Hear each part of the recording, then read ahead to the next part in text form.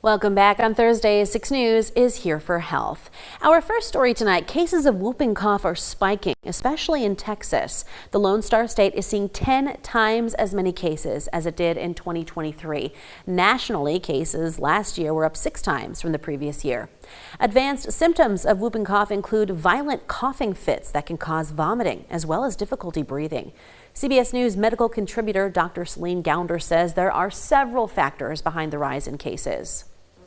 We've seen an increase in non-medical exemptions to vaccination. I was speaking to the health director in Dallas County yesterday. He was saying normally their back-to-school vaccination clinics are packed. This year, they were very sparsely attended, and part of that is fears about ICE.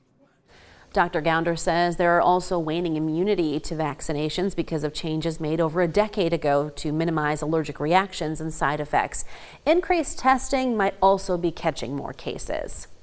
In England, a group of engineering students is changing the way future doctors learn their skills. They're creating fake organs that look and feel real using 3D scans and high-tech materials.